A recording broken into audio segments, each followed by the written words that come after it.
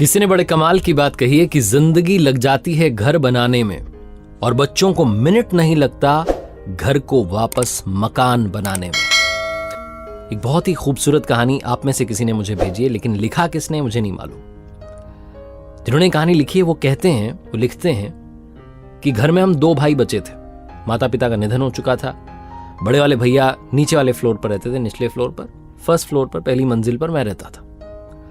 हम दोनों बचपन से साथ पले बढ़े, खेले कूदे, बहुत स्नेह था। लेकिन शादी के बाद, बच्चे पैदा होने के बाद पता नहीं कब वो दूरियां बढ़ती चली गई, मन मुटाव होता चला गया, एक दूसरे से दूर होते चले गए और ऐसा लगने लगा कि एक ही घर में दो अलग अलग परिवार रह रहे हैं, एक ही मकान में दो अलग मकान बन चुके हैं, ऐसा हमें लगता था।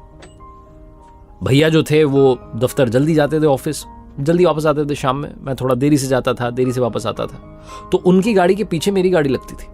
सुबह सुबह वो जगाया करते थे कि गाड़ी अपनी हटाओ, तो मुझे गुस्सा आता था कि क्या हो रहा है, लेकिन चुपचाप हटा लेता था। कभी कभी वो अंदर से आवाज़ लगाते थे घर में ऊपर और कहते थे ये बच्चों को कहो कि खेलें नहीं, फर्श पर कूद रहे हैं, तो मुझे गुस्सा आता था क्या हो रहा है। छोटी छोटी जो बात थी, छोटे छोटे विवाद थे, उनको हमने तूल देना शुरू कर दिया था।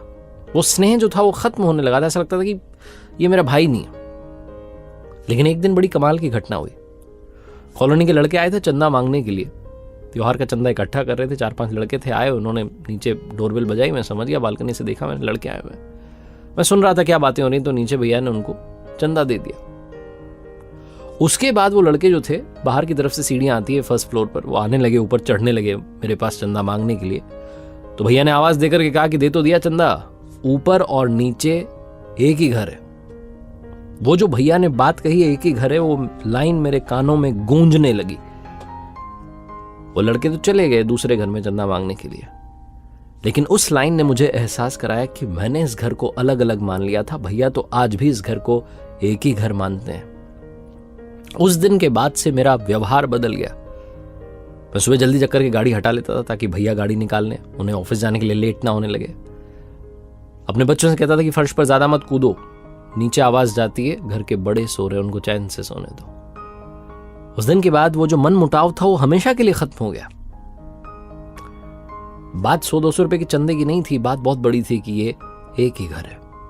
छोटी सी कहानी जो सिखाती है कि हम कई बार अपनों से किसी छोटी बात के चलते, किसी ताने के चलते दूर होते जाते हैं, उनके लिए घृणा अपने मन में पालने लगते हैं और एक ही घर में ऐसा लगता है कि बहुत सारे अलग अलग परिवार रह रहे हैं। जिस घर में आत्मीयता होती है वो घर महल होता है। आप चाहे जितना आलीशान मकान बना लें, लेकिन घर में जो रह रहे हैं अंदर, उन सदस्यों के बीच में प्यार नहीं है, प्रेम स्नेह नहीं है, तो उस मकान का मतलब नहीं है, वो खंडर के बराबर है।